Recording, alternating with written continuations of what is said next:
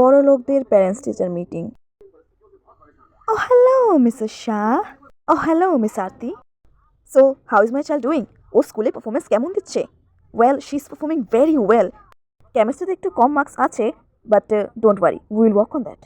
ঠিক আছে, এখন থেকে আমিও স্টাডির ভিতরে একটু বেশি খেয়াল দেব। আমাদের প্যারেন্টস টিচার মিটিং।